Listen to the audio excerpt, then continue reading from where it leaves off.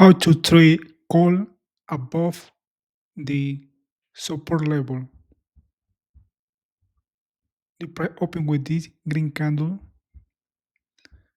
and right here it is my resistance level.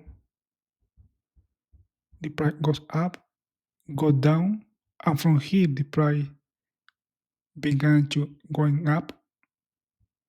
Right here the price made a pullback, and this level is not anymore resistance level. Now it is support level. And I'm going to change the color for green because this way it more visually much better. Right here, when the price tested the support level, it is my enter in call, stop loss below, exit with 5 green candle right here, 3, 4. Right here it is enough.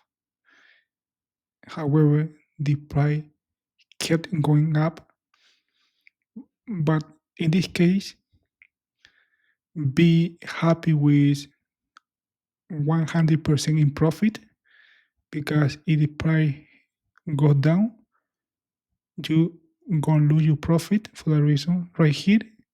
Be happy and take profit. On the other hand, today the price went all the way up, never went down. The price was all the day giving sign to getting gold. Um, for me, only one good trade right here in this level, in support level. Remember, this is resistance level. The price open right here with the green candle. The price goes up.